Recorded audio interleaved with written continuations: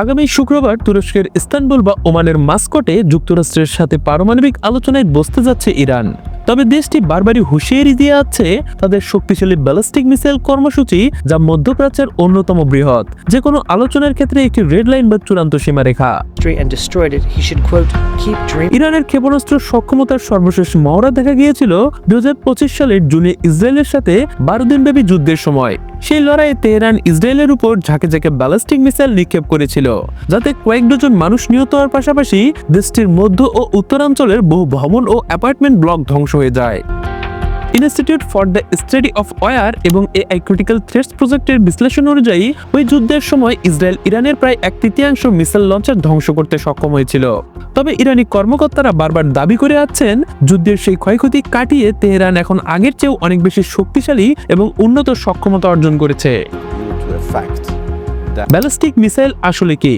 Ballistic missile হলো rocket চালিত একটি অস্ত্র, যা উৎক্ষেপণের প্রাথমিক পর্যায়ে নিয়ন্ত্রিত থাকে, কিন্তু যাত্রাপথের বেশিরভাগ সময় অভিকর্ষ বলের প্রভাবে মুক্তভাবে লক্ষ্যবস্তুর দিকে ধেয়ে যায়। এগুলো সাধারণ বিস্ফোরক থেকে শুরু করে রাসায়নিক, জৈবিক কিংবা পারমাণবিক মারণাস্ত্র বহনে সক্ষম। পাল্লার উপর ভিত্তি করে এগুলো স্বল্প দূরত্ব থেকে আন্তঃমহাদেশীয় পর্যন্ত হতে পারে। পশ্চিমা শক্তিগুলো এই বিশাল অস্ত্রভান্ডারকে মধ্যপ্রাচ্যের স্থিতিশীলতার জন্য হুমকি এবং পারমাণবিক অস্ত্র বহনের সম্ভাব্য মাধ্যম হিসেবে বিবেচনা করে। তবে ইরান বারবারই পারমাণবিক বোমা তৈরির অভিযোগ অস্বীকার করে আসছে। ইরানের ক্ষেপণাস্ত্রের ধরন ও পাল্লা। মার্কিন গোয়েন্দা দপ্তরের তথ্য মতে মধ্যপ্রাচ্যে ইরানের কাছেই সবচেয়ে বেশি ব্যালিস্টিক মিসাইলের মজুদ রয়েছে। ইরান নিজ থেকে তাদের ক্ষেপণাস্ত্র পাল্লা 2000 কিলোমিটারের মধ্যে সীমাবদ্ধ রেখেছে, যা ইসরায়েল পর্যন্ত পৌঁছানোর জন্য যথেষ্ট।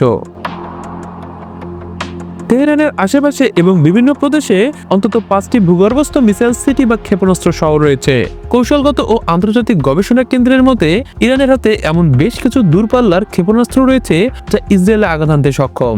এগুলোর মধ্যে উল্লেখযোগ্য হলো শেতজিল, পাল্লা 2000 কিলোমিটার, খুররামশাহ, পাল্লা 2000 কিলোমিটার, ইমদাদ, পাল্লা 1700 কিলোমিটার এবং শাব-3, পাল্লা 1300 কিলোমিটার।